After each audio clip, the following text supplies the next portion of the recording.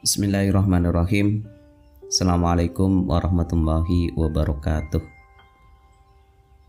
Dalam hidup, merasa tidak akan lagi dapat masalah, itu ya masalah. Jadi tidak mungkin kita bebas dari yang namanya masalah. Cuma ketika ada masalah, ada dua hal yang bisa kita jadikan senjata, yaitu diam dan senyum.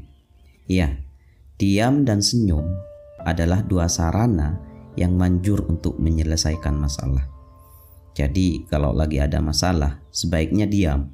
Diam untuk tidak bicara, diam untuk tidak memutuskan apa saja, dan diam untuk tidak melakukan apapun. Karena kalau kita lagi ada masalah dan banyak bicara, masalah kecil bisa jadi besar. Masalah besar harusnya selesai, malah jadi petaka.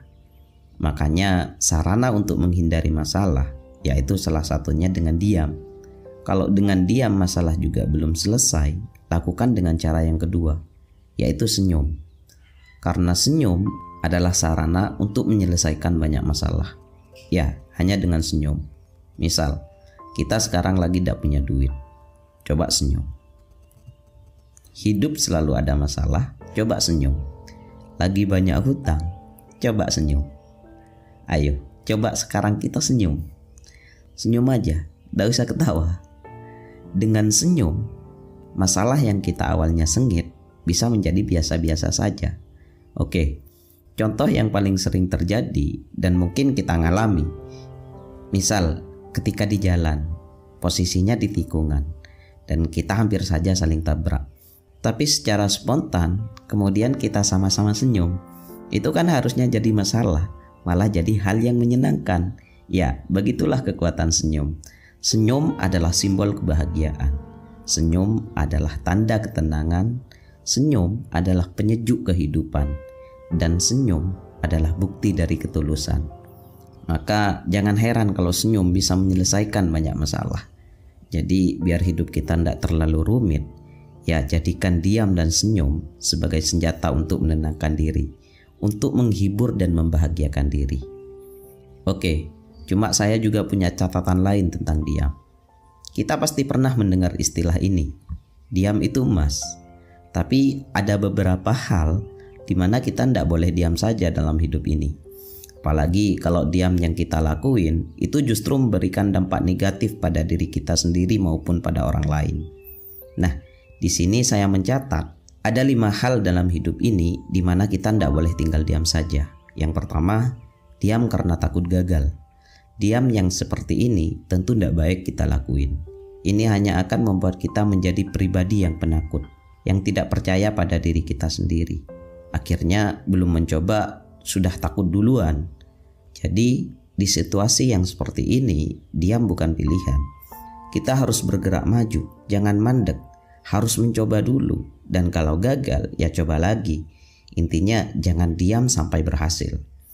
Terus yang kedua, diam karena ingin lari dari konflik yang ada.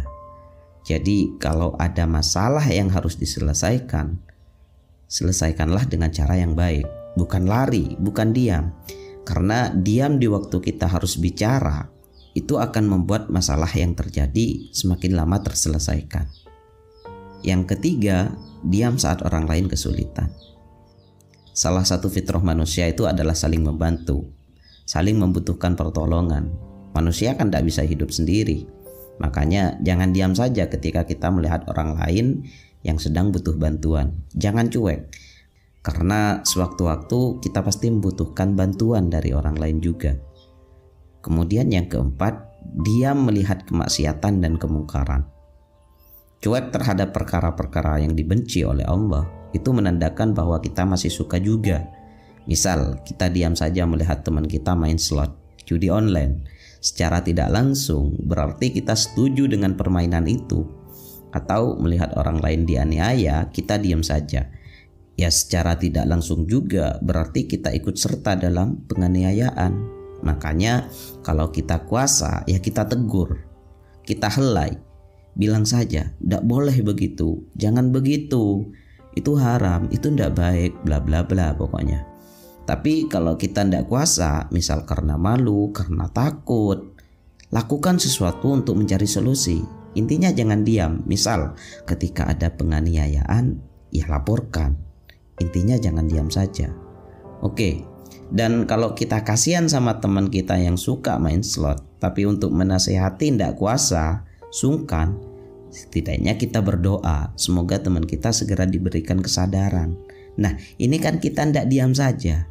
Jadi kalau ada kemaksiatan dan kemungkaran, apapun bentuknya, jangan diam, lakukan sesuatu untuk mencegahnya. Terakhir, diam untuk memutus tali silaturahmi. Ini yang tidak boleh. Tidak saling menyapa itu tidak boleh. Maka biar hidup kita tenang, memaafkan kesalahan orang lain adalah solusi daripada menahan amarah dalam hidup. Oke, jadi ada 5 hal di mana kita tidak boleh diam saja. Diam karena takut gagal, diam karena lari dari masalah, diam melihat orang lain yang kesulitan, diam melihat kemaksiatan dan kemungkaran, dan terakhir, diam untuk memutus tali silaturahmi. Baik, dari saya sekian, kurang lebihnya mohon maaf. Bagikan video ini kalau dirasa bermanfaat. Terima kasih. Salam nasihat.